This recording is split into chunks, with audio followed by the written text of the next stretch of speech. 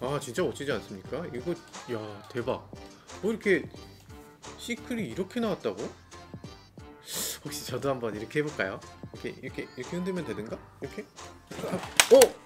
야씨 대박. 이게 어떻게 된 거야? 나온 거야 진짜?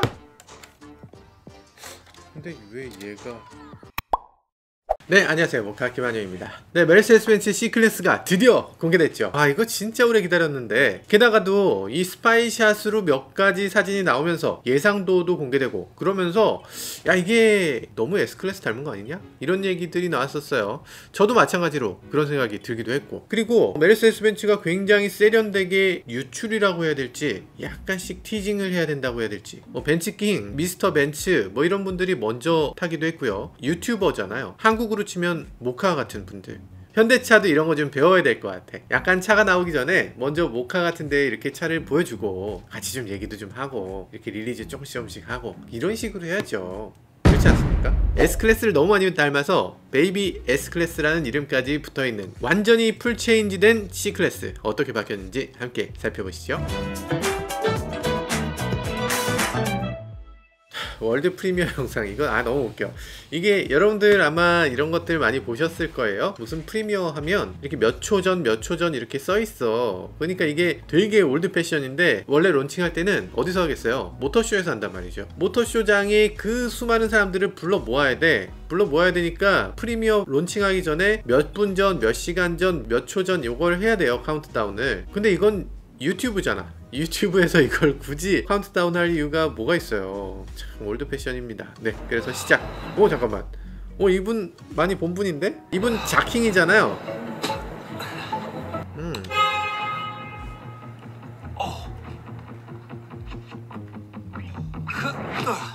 헐. 대박이다. 대박이다.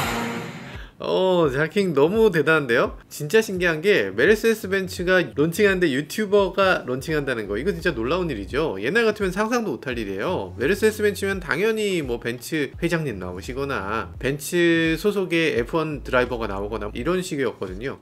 Here he is, the master of digital illusions, Zach King. 이름을 잘못 말하고 있었네. 자킹이 아니었네. 세킹이네. 세킹이네. 세킹. C클래스의 역사적인 의의도 얘기를 하고 있고요. 그리고 옛날 있었던 그런 C클래스의 1902라고 하는 요 첫 번째 C클래스, 요것에 대해서도 얘기를 하고 있네요. 사실 1902는 동시대를 살고 있던 이 3시리즈하고 비교했을 때는 그렇게까지 인기 있던 자동차는 아니에요. 존재 여부 자체를 모르는 그런 자동차였다고 볼 수 있어요. You left a toy there, Mason. MBUX에 대해서 설명을 합니다. MBUX 이거 잠깐, 이거 진짜 멋있는데? S클래스랑 너무 비슷하잖아요. MBUX가 너를 위해서 모든 걸 해줄 거야 이러니까, 얘가 마술사, 약간 디지털 일루셔니스트라고 하는데 이걸 마술사라고 해야 되나? 뭐라고 해야 되지? 제킹이 뭐든지 된다고 하면서 여기서 토스터기를 나타나게 해서 토스터기에서 빵이 이렇게 나오는 걸 보여줬어요. 그래서 아침으로 빵을 먹는 장면이 딱 나오니까 모든 걸 해주는 건 아닐지도 몰라요. 이렇게 농담을 하네요. 중간중간을 다 제킹이 얼마를 받는 거냐 이거 제킹이. This isn't the first time the C-Class has gone electric. 지금 굉장히 놀라운 게 1990년도에 메르세데스 벤츠가 처음으로 전기차를 만든 게 1902를 이용해서 만들었다고 합니다. 1902라는 게 아까 말씀드렸다시피 이 C클래스의 선조예요. 1902 일렉트로라는 제품을 만들었는데, 그건 뭐 어쨌든 시험 생산이니까 실제로 양산되는 차는 아니었고, 그래서 그 1902가 있었던 만큼 이 차도 전동화에 굉장히 신경 쓴다, 이런 얘기들을 하고 있네요. 전기로 얼마나 멀리 갈 수 있느냐? 우리 C클래스 플러그인 하이브리드가 있는데 이걸로 전기로 100km를 주행할 수 있다고 합니다. 그러니까 엔진 가동을 전혀 안 하고 한 번에 100km까지 갈 수 있다. 어지간한 출퇴근하는 정도의 거리는 그냥 전기만으로 갔다 올 수 있다, 이런 얘기를 하고 있어요. The sports car plus the comfort of an S-Class. 아니 이거 이런 말을 해도 되나? 여기서 뭐라고 하냐면 네가 어떤 차를 선택하든 간에 스포츠카의 스포티니스랑 그리고 S클래스의 컴포트함을 같이 갖고 있다고 그래요. 그러면 이거 사지 뭐하러 S클래스 사? 자, 그래요. 뭐 여러가지 얘기들이 나왔고요. 좀 더 자세히 한번 볼까요? 네, 조금 전에 영상 보셔서 아시겠지만 지금 외관은 S클래스인가? S클래스 까진 아니야. 사실 S클래스로 착각할 수는 없어. 착각할 수는 없는데 같은 랭귀지를 공유하고 있구나 라는 느낌은 분명히 듭니다. 이전에는 E클래스랑 C클래스가 헷갈리고 E클래스랑 S클래스가 헷갈리는, 램프를 잘 봐야지 알 수 있는 정도, 그런 정도였는데 얘는 분명히 누가 봐도 이건 C클래스로 보이네요. 확실히 S클래스랑 닮았는데 묘하게 달라. 그래서 혼동되지 않게끔 디자인을 잘 해놨네요. 그래? 아, 그릴만 빼고는 S클래스랑 너무 닮았다? 저희 작가님은 S클래스랑 너무 닮았다고 하시는데 실제로 봐야 돼요. 실제로 보면 그 느낌이 또 다르게 느껴질 수 있습니다. 여기 이거 되게 재밌네요. 요번에 보도자료를 뿌리면서 메르세데스 벤츠가 보닛에 있는 파워 벌지가 굉장히 인상적이다, 뭐 이런 식으로 보도자료를 뿌렸어요. 그러다 보니까 검색을 한번 해보시면 기사에 다 파워 벌지에 대해서 기사를 썼습니다. 근데 파워 벌지가 뭔데, 일단 이게 뭔지 알기 어렵지 않나? 아니 어떻게 그런 어려운 말을 보도자료에 쓰셨지? 보닛이 이렇게 툭 튀어나왔다는 거잖아요. 그러면 보닛이 왜 튀어나왔냐? 요것부터 알아야 되겠죠. 왜 튀어나왔나? 이거 왜 튀어나왔는지 혹시 아세요? 그렇지. 당연히 멋이죠. 근데 원래는 멋이 아니었을 거잖아. 이게 처음 튀어나온 건 메르세데스 벤츠 300SL에서부터입니다. 300SL을 보시면 보닛 위에 이렇게 튀어나왔어요. 300SL은 레이스카를 공도에서 주행할 수 있도록 만든 자동차에 가까워요. 그러다 보니까 보닛 라인을 굉장히 낮게 뽑고 싶었어요. 시트도 굉장히 낮추고 싶었고, 이걸 낮추다 보니까 V8을 실으려면 양쪽이 튀어나올 수밖에 없었습니다. 어쨌든 이런 식으로 두 줄로 튀어나온 거, 이게 파워벌지라고 하는데 실제로 이 차는 파워벌지의 역할을 전혀 못합니다. 왜냐하면 이 차는 4기통이거든. C클래스가 추구하는 방향을 보여주는 그런 라인인 것 같긴 해요. 그러니까 C클래스는 단순히 컴포트한 것뿐 아니라 약간 스포츠카의 느낌도 조금은 부여해주고 싶어. 근데 그렇다고 해서 막 에어인테크를 막 옆에다가 뚫고 막 이렇게 하긴 좀 그러니까 이렇게 스포티함을 보여준 것 같습니다. 지금 옆모습도 굉장히 세련됐고 라인도 굉장히 예쁘고, 휠이 이거 S클래스보다 예쁜 것 같은데? 저거 떼서 내 차에 붙이고 싶은 휠이네. 안 맞겠지?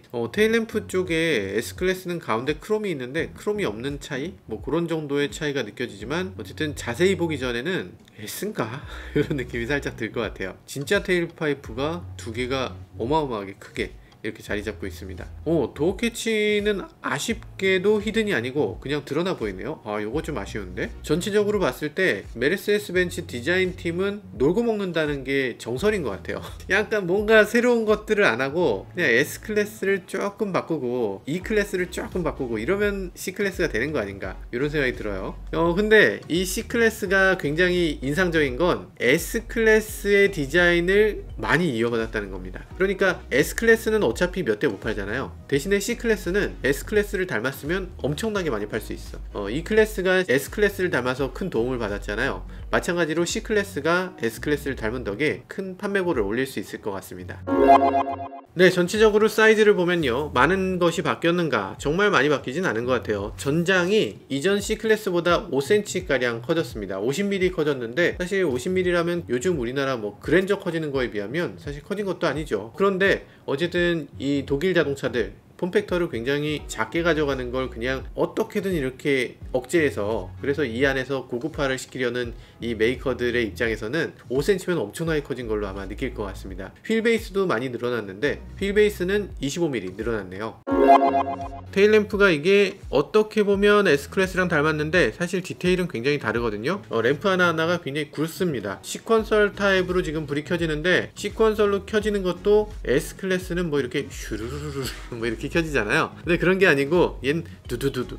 S클래스도 아직 못 보셨겠구나. 아무튼 확실히 급 차이는 확실하게 느껴지도록 그렇게 디자인을 달리했네요. 그릴을 이렇게 확대해 놓고 보니까 이게 완전히 다른데? 기존에 있었던 그릴은 이렇게 뭐랄까 육각형으로 약간 헥사고날 느낌의 그런 옹기종기 모여있는 그런 느낌이었는데, 이제는 이 작은 것 하나하나가 다 메르세데스 벤츠의 삼각별을 나타내는 것 같습니다.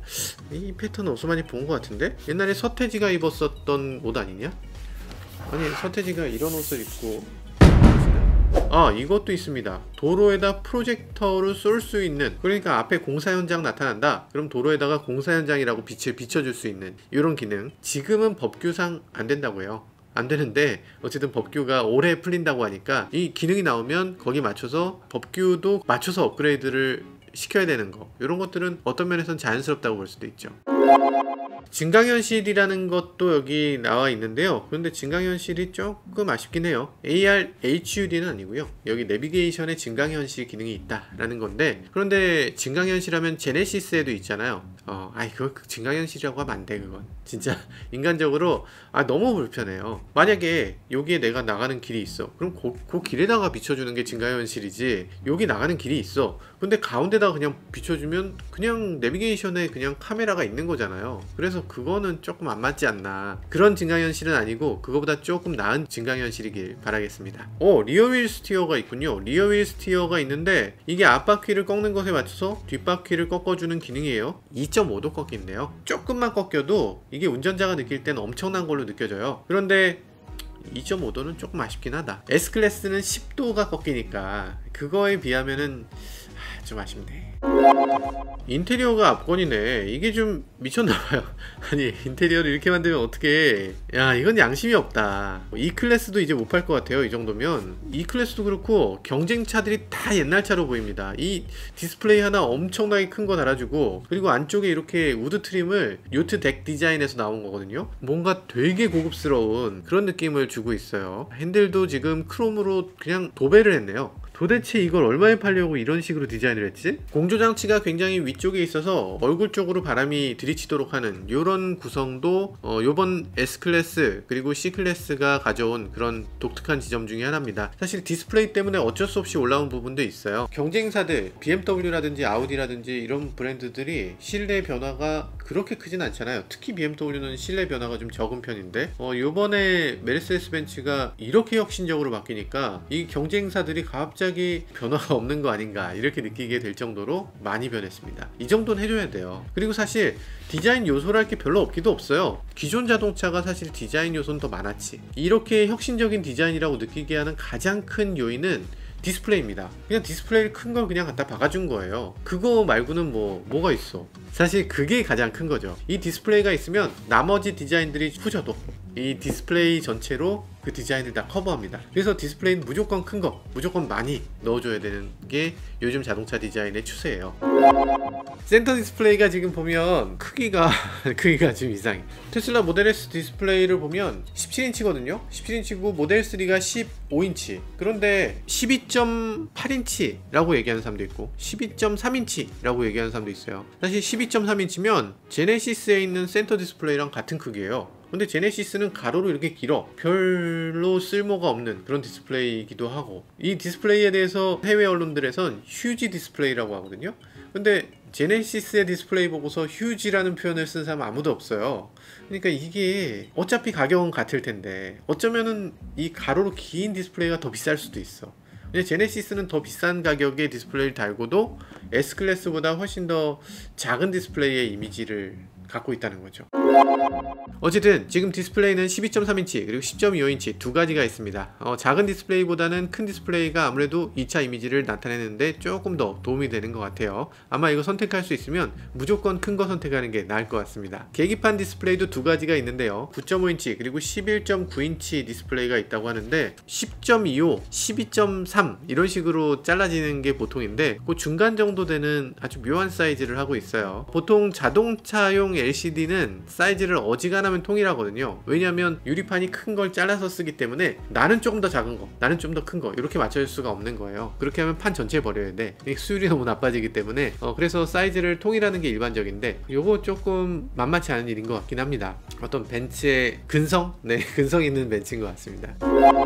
네, 디스플레이 아래쪽에 여러가지 기능들이 있는데요. 이렇게 버튼 라인도 S클래스하고 똑같아요. S클래스 오너 입장에서는 살짝 기분이 나쁠 수도 있을 것 같아요. 그리고 가운데 보면 여기에 지문인식 기능을 제공하고 있습니다. 사실 이 지문인식 같은 거는 S클래스만 독특하게 갖고 있는 기능일 수가 없어요. 왜냐하면 지문인식이 어디에 사용되냐면 주유소에서 기름값을 결제하거나 아니면 뭐 주차장에서 주차비 결제할 때 뭐 이런 식으로 비용을 지불할 때 이걸 사용하게 돼 있어요. 그러니까 지금까지 기아페이, 현대페이, 뭐 제네시스페이 이런 것들은 어지간하면은 지문 없이 핀코드 넣게 돼 있는데, 핀코드라는 건 특성이 뭐야? 이 차 안에 있는 사람이 다 같이 보는 거잖아요. 다 같이 보는 데서 핀코드를 입력하면 그 사람들이 다 보는데 뭔가 보안에 너무 취약한 거 아닌가 이런 생각이 들잖아요. 그렇지 않나? 괜찮나? 그래서 핀 코드를 넣는 방식보다는 이렇게 지문 인식을 하는 방식이 훨씬 좋은 것 같고요. 이게 뭐 비싸고 싸고를 떠나서 이게 모든 차에 있어야 이 상대, 그러니까 이 가맹점이 늘어날 수 있다는 그런 지점이 있기 때문에 메르세데스 벤츠는 가장 저렴한 자동차부터 가장 비싼 차까지 다 지문 인식 기능을 넣게 될 것 같습니다. 네, 실내에 앰비언트 라이트 풍성하게 들어간 게 인상적이죠. 저는 송풍구를 디자인 요소로 사용하는 거 이거 굉장히 좋게 생각하는데, 송풍구 안쪽에다가 이 무드등을 켜놨어요. 그래서 앰비언트 라이트가 송풍구에도 나오고 전체적으로 굉장히 화려하게 이렇게 보입니다. 현대차가 보면 아주 경을 칠 노릇이에요. 아니 고양 것들, 아니 저런 식으로 운전에 방해되게 정말 안전에 위해가 될 것 같으면 저희가 알아서 끌 테니까 네, 좀 걱정 마시고 좀 앰비언트 라이트 풍부하게 좀 넣어주셨으면 좋겠어요. 메르세데스 벤츠가 이거 굉장히 잘하고 있는 것 같습니다. 독일 회사들 뭐 BMW도 마찬가지고요. 그리고 무드등은 그냥 무드등이 켜져서는 안 되죠. 무드등이 그냥 켜지면 이게 1년 내내 똑같은 불을 그냥 켜고 있게 돼요. 그러니까 이 무드램프는 여러 가지로 앰비언트가 쫙 퍼져나가게 이런 식으로 뭐 다양한 색깔이 쫙 퍼져나가고, 그런 거 아니면 램프에 정말 다양한 색깔을 낼 수 있도록 뭐 총천연색으로 뭐 64가지 128가지 뭐 이렇게 낼 수 있다고 하는데, 그거 아무 쓸모 없습니다. 어차피 처음에 딱 산 세팅 그 차 폐차할 때까지 그냥 가요. 그러니까 그거 색깔을 막 바꿔줄 수 있도록 이렇게 좀 해줄 필요가 있고요. 메르세데스 벤츠가 답을 보여주는 것 같습니다. 지금 핸들 디자인이 두 가지가 있는데요. 6개의 스포크가 있는 AMG 핸들 디자인이 있고요. 일단 멋있기도 해요. 근데 멋있는 거 둘째치고 이 버튼들이 안 보고도 누를 수 있다는 점에서 굉장히 좋은 것 같아요. 위에 기둥의 윗부분, 아래 기둥의 윗부분, 이런 식으로 서로 구별해서 누를 수 있어서 좀 조작하기 쉬워집니다. 그냥 기본 3스포크 핸들도 굉장히 멋있게 보이는 그런 게 인상적이네요. 이번 메르세데스 벤츠 핸들 디자인은 정말 잘 된 것 같아요. 이전에 메르세데스 벤츠 핸들 디자인을 보면서 야, 이거보다 더 멋있는 건 나오기 힘들겠지 싶었는데 나왔네요. 나오네. 네, 다음은 트렁크 크기를 봐야 될 텐데요. 트렁크 크기 C클래스 정도 타시는 분들은 사실 굉장히 액티브하고 다이나믹한 분들이실 경우가 많을 것 같아요. 아무래도 젊은 분들이 더 많고요. 그러다 보면 당연히 레저 스포츠나 캠핑 같은 것도 즐기실 텐데, 그러면 트렁크 공간이 조금 넉넉해야 되겠죠. 지금 보면 450리터 갖고 있다고 합니다. 조금 작아. 이런 면에서는 저는 이 에스테이트가 들어오는 게 조금 더 맞는 것 같아요. 옛날처럼 이렇게 그냥 뽐내고 막 나는 뭐 차에 짐 같은 거 실는 사람이 아닙니다 이렇게 하는 게 아니라, 저는 좀 레저도 즐기고요, 캠핑도 좀 하고요, 이게 더 멋있는 걸로 좀 바뀌었잖아요. 그래서 저는 에스테이트도 우리나라에서 좀 인기를 끌 수 있을 것 같다는 생각이 들긴 하는데, 에스테이트를 갖고 올 가능성은 별로 없어 보입니다. 네, 별로 없을 것 같아. 안 갖고 올 것 같아. 안 팔리니까. 그렇지만 아마도 이 C클래스 정도 되면 뒷좌석이 폴딩 될 가능성이 있거든요. 그래서 폴딩이 되는지 이런 것들 한번 볼 필요가 있을 것 같습니다. 파워트레인이 가장 궁금하실 텐데요. 파워트레인은 지금 4기통밖에 없어요. 이건 너무 실망스럽다. 아니 왜 4기통이야? 8기통 없어지는 건 내가 이해하겠는데 6기통도 이제 역사 속으로 사라집니까? 참 아쉽습니다. 그렇지만 파워트레인은 다양합니다. 휘발유 엔진 당연히 있고요, 디젤 엔진 당연히 있습니다. 그리고 이 휘발유 디젤 엔진 모두 48V 마일드 하이브리드를 넣어놨어요. 물론 모터만으로 출발할 수 없고요. 이 마일드 하이브리드는 시동을 걸 때나 꺼질 때나 뭐 이런 경우에 도움이 많이 되는, 그리고 스타터 제네레이터라고 해서 기존에 있었던 제네레이터를 대신할 수 있는, 그리고 스타터도 대신할 수 있는 그런 장치이기 때문에 그 장치 하나가 오히려 기존보다 조금 더 내구성이 좋은 그런 요소기도 합니다. 자, 그래서 이 마일드 하이브리드를 장착하게 되면 여러 가지로 편리한데, 마일드 하이브리드가 전 차종에 다 들어있습니다. 요번에 정말 섭섭한 거는 배기량이에요. 기본 모델이 4기통이긴 한데 1.5L야 아반떼보다 엔진이 작아. 야, 벤츠가 어떻게 아반떼보다 작냐, 이러면 되게 무식한 얘기일 수 있는데, 그래도 섭섭한 건 섭섭한 거지. 아니 벤츠가 1.5L 가솔린을 달고 있다니, 이래도 되는 건가? 그렇지만 출력은 그렇게 섭섭하지 않습니다. 1.5L 가솔린으로 170마력을 내니까요. 시속 100km까지 가속시간 대략 8.6초 정도 된다고 합니다. 그리고 C200 같은 경우는 같은 1.5L 가솔린으로 200마력을 넘게 내기 때문에 시속 100km까지 7.3초에 도달한다고 하네요. 네, C300 같은 경우는 2.0L 터보를 달고 있습니다. 그래서 258마력, 시속 100km까지 6초 정도 나오고요. 빠른 건가? 내가 3초대 초반의 차를 타다 보니까 이 6초는 굉장히 좀 우습게 보이고 막 이런 느낌이 드네. 네, 그리고 요번에 인상적인 것은 PHEV 모델이 나옵니다. 플러그인, 말 그대로 전기를 꽂아서 충전하고 전기의 힘으로 주행할 수 있는 차예요. 129마력의 전기 모터가 들어가 있어서 313마력을 낸다고 합니다. WLTP 기준으로 했을 때 전기로 100km까지 주행이 가능하다고 하네요. 디젤 모델은 모두가 2.0L 엔진을 갖고 있고요. 163마력에서 265마력까지 세 가지 모델을 갖고 있습니다. 우리나라에 어떤 게 들어올지 모르겠지만 어쨌든 163마력에서 265마력까지 다양합니다. AMG 모델들도 있습니다. AMG 모델이 있는데 요거는 조금 실망스러워요. 왜냐면 C63이 사실 우리 마음속에 드림카 같은 거잖아요. 스포츠 세단의 느낌. 뭔가 가족들은 잘 모르고 나만 알아. 얼마나 강력한 차인지. 기존엔 4.0L 8기통이었는데 이게 4기통 터보로 바뀐다고요. 그리고 전기 모터를 여기다 붙여서 C63이 4기통 터보가 된다는, 정말 말도 안 되는 얘기가 이렇게 돌고 있습니다. 이건 진짜 사실이 아닐 겁니다. 사실일 리가 없어요. 이건 공식 자료가 아니고요. 그냥 예상, 이럴 수 있다, 이런 예상이고 실제로 C63이 나와 봐야 합니다. 네, 아무튼 환경 규제를 맞추기 위해서는 어쩔 수 없는 일이다 라는 얘기도 있고요. 휘발유를 그렇게까지 태워가면서 달리는 거, 그걸 어떤 노블리스 오블리주 입장에서 맞지 않는 게 아닌가, 뭐 이런 얘기도 있어서 어쩔 수 없이 다운사이징을 한다는 얘기가 있습니다. 그래도 그러면 안 되지. 그래도 어떻게 4기통으로 갈 수가 있어. 이건 진짜 말도 안 돼. 편의사양, 안전사양 한번 살펴보면요. 일단 ADAS는 당연히 정말 풀옵션으로 정말 다 들어가 있죠. 특히 정지되어 있는 차에 대해서 반응하는 게 굉장히 중요한데, 대부분 자동차들은 앞차가 움직이고 있을 때 따라서 움직이는 건 가능해. 왜냐면 주변하고 이 차가 다르게 움직이잖아. 그러니까 이 차가 자동차라는 걸 빠르게 인식할 수 있어요. 이 차가 완전히 멈춰 있는 경우에는 못 보고 들이받습니다. 그게 들이받지 않고 정지할 수 있는 속도가 차마다 다른데, 그 속도가 기존에는 60km, 그러니까 60km 이상의 속도에선 무조건 들이받는 거예요. 들이받는데 그 피해 수준을 경감시키는 게 목표였습니다. 그래서 약간의 충격으로 들이받도록 하자. 근데 이번에는 시속 100km 달리고 있어도 앞차가 멈춰 있으면 멈추도록 그렇게 업그레이드를 했습니다. 네, 그리고 이번에는 신호등을 인식하는 기능이 들어와서요, 뭐 100%는 아니겠지만 신호등이 빨간불인데 이 사람이 제동할 의지를 보이지 않는다, 제동하지 않는다, 그러면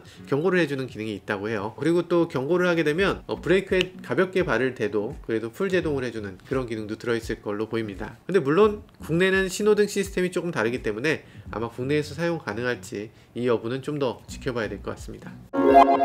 네, 가격이 가장 궁금하실 텐데요. 국내 가격은 아직 확정되지 않았고요. 미국 가격은 나왔습니다. 미국에서는 43,000불 정도라고 해요. 그러니까 우리나라 돈으로 치면 4,800만원 정도? 라고 합니다. C300 포매틱 같은 경우는 45,000불, 그러니까 우리나라 돈으로 5천만원 조금 넘는 정도. 그런데 미국이 워낙 차값이 싸잖아요. 그러니까 우리나라 기준으로 치면 이거보다 조금 더 비쌀 것 같고요. 아마 C200이 5천만원보다 조금 아래? 아니면 5천만원 정도? 뭐 이렇게 시작할 걸로 예상됩니다. 네, C클래스 사실 국내에서 그다지 힘을 못 쓰고 있었는데요. 경쟁 모델 BMW 3 시리즈 워낙 잘 나오기도 했고, 그리고 준중형 세단에서는 거의 최강자라고 볼 수 있기도 했습니다. 그리고 C클래스는 그 가격대에 조금만 더 보태면 E클래스를 넘볼 수 있으니까, 그러니까 너무 애매한 위치기도 했었어요. 근데 이번에 풀체인지를 거치면서 이 입지를 좀 더 탄탄하게 다질 수 있을 걸로 보입니다. S클래스하고 디자인이 비슷하고 이 페이스리프트 된 E클래스보다 월등히 좋기 때문에 당연히 이번 C클래스 메르세데스 벤츠가 좀 몰아주는 그런 느낌도 들기도 합니다. 그리고 실제로 보면 또 어떨지 이런 것도 아주 기대가 큽니다. 지금까지 저는 모카 김한용이었습니다. 감사합니다. C클래스 어떻게 생각하십니까? 그렇게 안 나왔으면 좋겠어요. 다시 베이퍼웨어가 됐으면 좋겠습니다. C클래스 예쁜데 왜 그러세요? 저희가 구형 C클래스를 타고 있잖아요. 네. 저희 더 이상 이제 벤츠가 확 달라지는 걸 볼 수는 없습니다. 아, 그래요? 중고가 방어가 더 중요하다? 구형 오너로서의 약간 한마디고요. 네. 실제로 구입자층 입장에서 본다면 사실 C클래스가 굉장히 3 시리즈에 비해서 경쟁력 있지 않나라는 생각을 하거든요. 이제 소비자들이 스포츠 세단을 찾는 시대가 아니잖아요. 그렇다 보니까 럭셔리한 거를 좀 더 원하시는 것 같은데 다들 그런 면에서 컴팩트하면서 럭셔리한 게 약간 우리나라 강남 아주머니들이랑 맞지 않나라는 생각을 합니다. 3 시리즈에 비해서. 알겠습니다. 네, 샷스파이 김광영이었습니다. 아유, 정말 그 호시탐탐 자기 차 팔아버리려고 지금